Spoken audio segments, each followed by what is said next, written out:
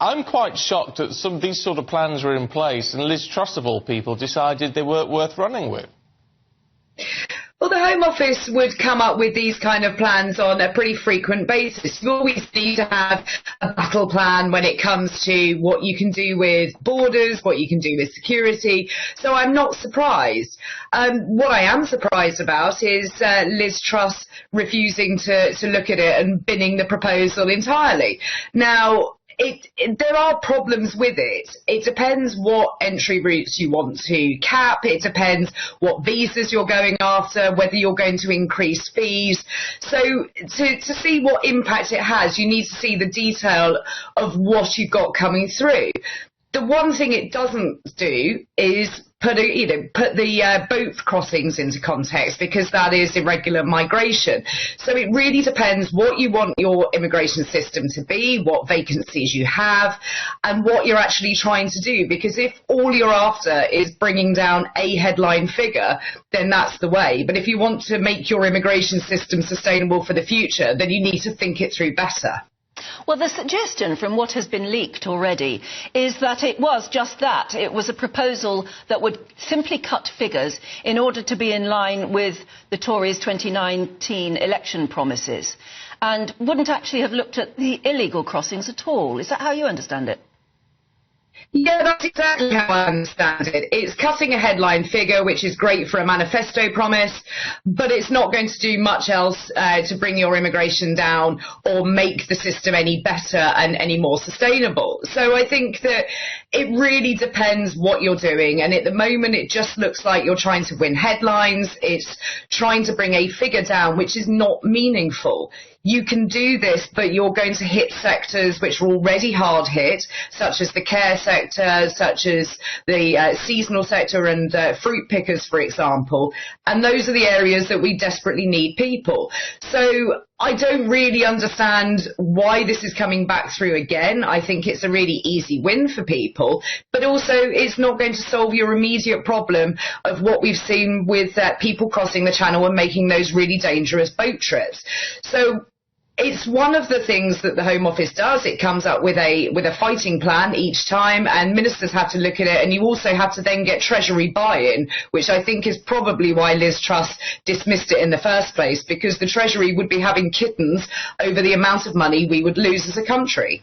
Yeah, but OK, so, I mean, looking back to Liz Truss's time with this one, but the problem we've got here is that looking to the present and the immediate future, Rishi Sunak doesn't seem to be getting anywhere at the moment with cutting down on the boat crossings, which, of course, was one of his 5 promises. Well, I think it was always going to be a promise that was doomed to fail, and I think I've spoken with you both before on this.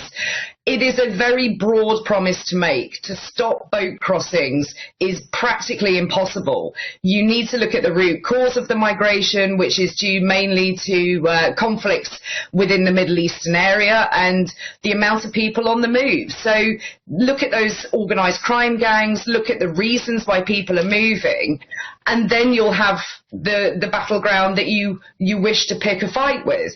But you're going to need international buy-in, and the one thing that we don't have is any agreements with the EU 27 countries for returns. So it's all very well to say that you're going to remove people quickly, but where are you sending them to?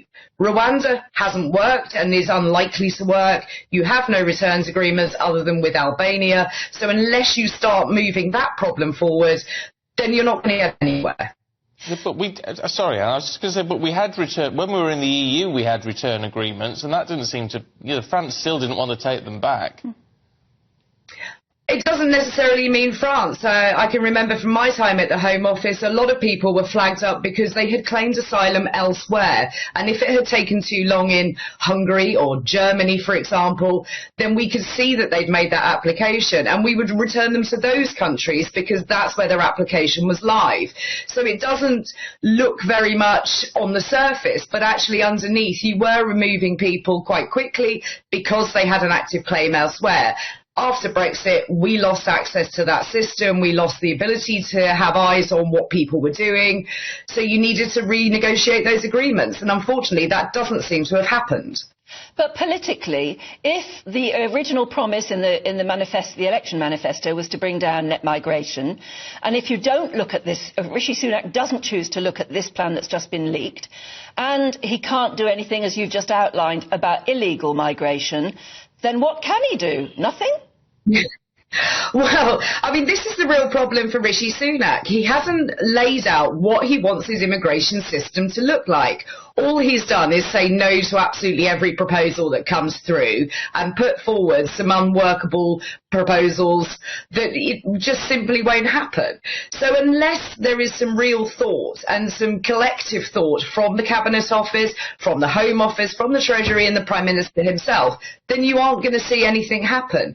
We are now looking at the next election being fought on the grounds of immigration. So you need to come up with those sustainable ideas that aren't going to affect the economy, but are also going to bring back the promises made previously in 2019. This is a really difficult ask of the Prime Minister.